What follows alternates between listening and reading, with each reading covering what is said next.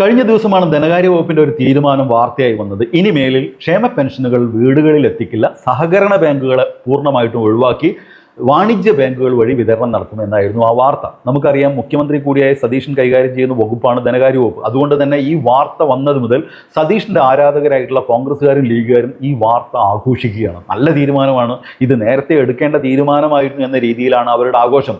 അവരോടായി പറയട്ടെ, നിലവിൽ ക്ഷേമ പെൻഷൻ വാങ്ങിക്കുന്ന എല്ലാവർക്കും വീടുകളിലല്ല ക്ഷേമ പെൻഷൻ എത്തിക്കുന്നത്. 10% താഴെയുള്ള ആളുകൾക്ക് ഇപ്പോഴും അവരുടെ പെൻഷനുകൾ എത്തുന്നത് അവർ നിർദ്ദേശിക്കുന്ന ബാങ്കുകളിലാണ്. എന്ന് വെച്ചാൽ ക്ഷേമ പെൻഷന് യോഗ്യരായവർ അപേക്ഷ നൽകുമ്പോൾ തന്നെ അവരോട് അപേക്ഷയിൽ ചോദിക്കുന്നുണ്ട് പെൻഷൻ വീടുകളിൽ എത്തിക്കേണ്ടതുണ്ടോ എന്ന്. വേണം എന്ന് ആവശ്യപ്പെടുന്നവർക്ക് മാത്രമാണ് ആ പണം വീടുകളിൽ എത്തിക്കുന്നത്. എന്ന് വെച്ചാൽ നിലവിൽ 90% കൂടുതൽ ആളുകൾ വീടുകളിൽ വാങ്ങിക്കുന്നുണ്ടെങ്കിൽ അതിനർത്ഥം അവരതാണ് ആഗ്രഹിക്കുന്നത് എന്നല്ലേ? അവരുടെ ആഗ്രഹത്തിന് വിരുദ്ധമായ ഒരു തീരുമാനത്തിനല്ലേ സതീഷിന്റെ ഭക്തർ കൈയടിക്കുന്നത്? അതല്ല, അവർക്കും ആഗ്രഹം ഇത് ബാങ്കുകളിൽ എത്തുന്നതാണ് എന്നാണ് നിങ്ങൾ ന്യായീകരിക്കുന്നതെങ്കിൽ ഒരു ചോദ്യം: ഇക്കഴിഞ്ഞ തെരഞ്ഞെടുപ്പിൽ നിങ്ങളുടെ പ്രകടന പത്രികയിൽ എന്തുകൊണ്ടാണ് അതൊരു തെരഞ്ഞെടുപ്പ് വാഗ്ദാനമായി പറയാതിരുന്നത്? അതായത്, ഞങ്ങൾ അധികാരത്തിൽ വന്നു കഴിഞ്ഞിട്ടുണ്ടെങ്കിൽ നിലവിൽ വീടുകളിൽ എത്തിക്കുന്ന എല്ലാ ക്ഷേമ പെൻഷനുകളും ഞങ്ങൾ ബാങ്കിലേക്ക് മാറ്റുമെന്നൊരു തെരഞ്ഞെടുപ്പ് വാഗ്ദാനമായി നിങ്ങൾ പറഞ്ഞോ? ഇല്ല. അതേസമയം നിങ്ങൾ പ്രകടന പത്രികയിൽ ക്ഷേമ പെൻഷനുമായി ബന്ധപ്പെട്ട് നൽകിയ വാഗ്ദാനം വേറെ ഉണ്ടായിരുന്നു. അത് ഇതല്ല. ഞങ്ങൾ അധികാരത്തിൽ വന്നാൽ 2000 രൂപയുള്ള ക്ഷേമ പെൻഷൻ 3000 രൂപയാക്കും എന്നായിരുന്നു. എന്നിട്ട് സതീശൻ മറ്റൊന്നുകൂടി പറഞ്ഞു, പിണറായി സർക്കാർ ചെയ്ത പോലെ തെരഞ്ഞെടുപ്പിന് തൊട്ട് മുമ്പ് 4-5 മാസം മാത്രമുള്ളപ്പോൾ വോട്ട് തട്ടാൻ വേണ്ടി ജനങ്ങളുടെ കണ്ണിൽ പൊടിയിടാനുള്ള നാടകം കളിക്കില്ല. ആദ്യ ക്യാബിനറ്റിൽ തന്നെ ഇത്തരം തീരുമാനങ്ങൾ എടുക്കും എന്നാണ്. ആദ്യ ക്യാബിനറ്റിൽ ഒറ്റയടിക്ക് 3000 രൂപയാക്കും എന്നൊന്നും UDF-കാർ പോലും പ്രതീക്ഷിച്ചിട്ടുണ്ടാവില്ല. എന്നാൽ 100-200 വർദ്ധിപ്പിക്കുമെന്ന് പ്രതീക്ഷിച്ചിരുന്നു. അതുണ്ടായോ? ഇല്ല. പകരം ഉണ്ടായതോ? അവരുടെ ആഗ്രഹപ്രകാരം വീട്ടിലെത്തിയിരുന്ന ക്ഷേമ പെൻഷനുകൾ ഇനിമേൽ വീട്ടിലെത്തിക്കില്ല എന്നാണ് സതീശൻ തീരുമാനിച്ചത്. സതീഷിന് തൻ്റെ അണികളെക്കുറിച്ച് നല്ല ബോധ്യമുണ്ട്. ഞാൻ എന്ത് ജനവിരുദ്ധ തീരുമാനമെടുത്താലും അതിന് കയ്യടിക്കാൻ പാകത്തിലുള്ള വിവരദോഷം ആവോളമുണ്ട് തൻ്റെ അണികൾക്കെന്ന്. അതുകൊണ്ടാണല്ലോ സതീഷിന്റെ ഈ തീരുമാനത്തെ ഒരു കൂട്ടർ ന്യായീകരിക്കുന്നത്. എന്നാൽ പിണറായി സർക്കാർ തെരഞ്ഞെടുപ്പിന് 4-5 മാസം മുമ്പ് ജനങ്ങളെ പറ്റിക്കാൻ തീരുമാനിച്ചതാണ് 1600 രൂപ എന്നുള്ളത് 2000 രൂപയാക്കി വർദ്ധിപ്പിച്ചത് എന്ന് പറയുന്ന സതീഷിനെയും സതീഷിന്റെ ഭക്തരെയും ചില കാര്യങ്ങൾ ഓർമ്മപ്പെടുത്താം. 2016-ൽ, അതായത് 1ാം പിണറായി സർക്കാർ അധികാരത്തിൽ വന്ന ആ തെരഞ്ഞെടുപ്പുണ്ടല്ലോ, ആ തെരഞ്ഞെടുപ്പിന് മുൻപ് ഇടതുപക്ഷം പുറത്തിറക്കിയ പ്രകടന പത്രികയിൽ ക്ഷേമ പെൻഷനുമായി ബന്ധപ്പെട്ട് പറഞ്ഞ പ്രധാനപ്പെട്ട വാഗ്ദാനങ്ങൾ 3 എണ്ണമായിരുന്നു. ഒന്ന്, ക്ഷേമ പെൻഷൻ ഇരട്ടിയായി വർദ്ധിപ്പിക്കും. എന്ന് വെച്ചാൽ നിലവിൽ അന്ന് 600 രൂപയാണ് ഉണ്ടായിരുന്നത്, അത് 1200 രൂപയാക്കി വർദ്ധിപ്പിക്കുമെന്നാണ്. 2, ഉമ്മൻചാണ്ടിയുടെ കാലത്തുണ്ടാക്കിയ കുടിശ്ശിക തീർക്കും. നമുക്കറിയാം 18 മാസം വരെ കുടിശ്ശിക ഉണ്ടായിരുന്നു അന്ന്, അത് തീർത്തു കൊടുക്കും. 3ാമത്തെ വാഗ്ദാനം, പെൻഷൻ വാങ്ങാൻ ആരും ബാങ്കുകളിൽ കയറി ഇറങ്ങേണ്ടതില്ല, അവ വീടുകളിൽ എത്തിക്കും എന്നായിരുന്നു. ആ 3 വാഗ്ദാനങ്ങൾ അത് നിറവേറ്റി സർക്കാർ. വെറും 100 ദിവസം പിന്നിട്ടപ്പോൾ തന്നെ 600 രൂപ ഉണ്ടായിരുന്ന ക്ഷേമ പെൻഷൻ ആദ്യ പിണറായി സർക്കാർ 1000 രൂപയാക്കി വർദ്ധിപ്പിച്ച് അതിൻ്റെ കുടിശ്ശിക മൊത്തം തീർത്ത് വീടുകളിൽ എത്തിച്ചു ആദ്യ പിണറായി സർക്കാർ. വാഗ്ദാനം നിറവേറ്റുകയാണെങ്കിൽ പിന്നീട് ആ സർക്കാർ വർദ്ധിപ്പിക്കേണ്ടത് 200 രൂപ കൂടി വർദ്ധിപ്പിച്ചാൽ പോരെ? എന്ന് വെച്ചാൽ 600 രൂപ എന്നുള്ളത് 1200 രൂപയാക്കുമ്പോൾ 1000 ആദ്യം തന്നെ കൂട്ടി, പിന്നെ വേണ്ടത് 200 രൂപ കൂട്ടുകയാണ്.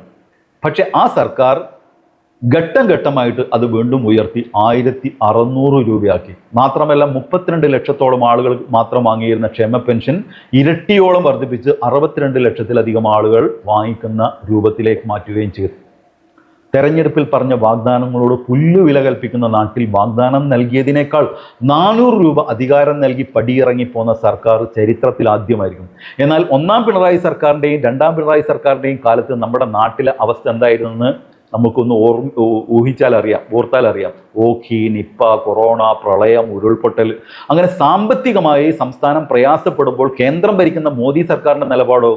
അവകാശപ്പെട്ട ആനുകൂല്യങ്ങൾ നൽകാതെയും നികുതി വിഹിതം തടഞ്ഞുവെച്ചും കടമെടുക്കാനുള്ള പരിധി വെട്ടിക്കുറച്ചും സംസ്ഥാനത്തെ ശ്വാസം മുട്ടിച്ചു. അതേസമയം മകൻ മരിച്ചാലും മരുമകളുടെ കണ്ണീര് കണ്ടാൽ മതി എന്ന അമ്മായിയമ്മയുടെ നിലപാടായിരുന്നില്ലേ കേരളത്തിലെ UDF-ന്റെ MP-മാർക്കും നേതാക്കൾക്കും?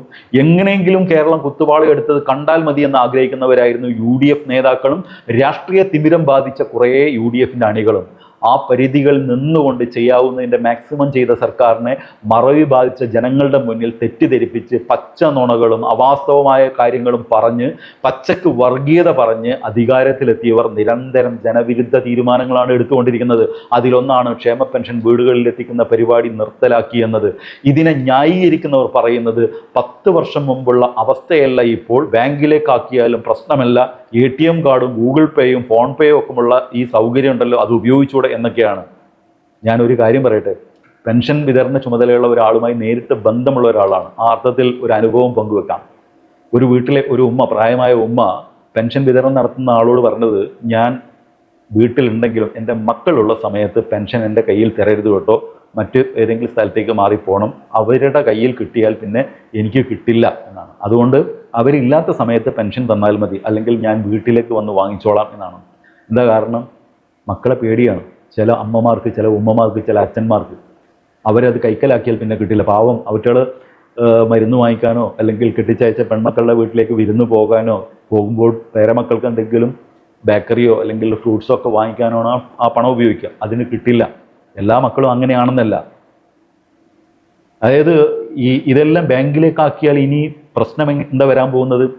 പെൻഷൻ വാങ്ങിക്കുന്നതിൽ നല്ലൊരു ശതമാനം ആളുകളും 60 വയസ്സ് പിന്നിട്ടവരാണ്, വാർദ്ധക്യകാല പെൻഷൻ വാങ്ങിക്കുന്നവരാണ്. പിന്നെ കുറേ ആളുകൾ 60 വയസ്സിന് താഴെയുള്ളവർ ആരായിരിക്കും? വിധവകൾ ആയിട്ടുള്ള ചില ആളുകളുണ്ടാവും, വികലാംഗരായിട്ടുള്ള ചില ആളുകളുണ്ടാവും. ബാക്കിയുള്ളവരൊന്നും ഈ ഗൂഗിൾ പേയോ ATM കാർഡോ ഇത്തരത്തിലുള്ള ആധുനിക സാങ്കേതിക വിദ്യകളൊന്നും ഉപയോഗിക്കാൻ അറിയാത്തവരാണ്. ഇത് ബാങ്കിലേക്ക് മാറ്റിയാൽ ഇവർക്ക് ആരുടെ സഹായം തേടേണ്ടി വരും? മക്കളുടെയോ അല്ലെങ്കിൽ പേരക്കുട്ടികളുടെയോ മറ്റാരുടെയെങ്കിലും സഹായം തേടേണ്ടി വരും.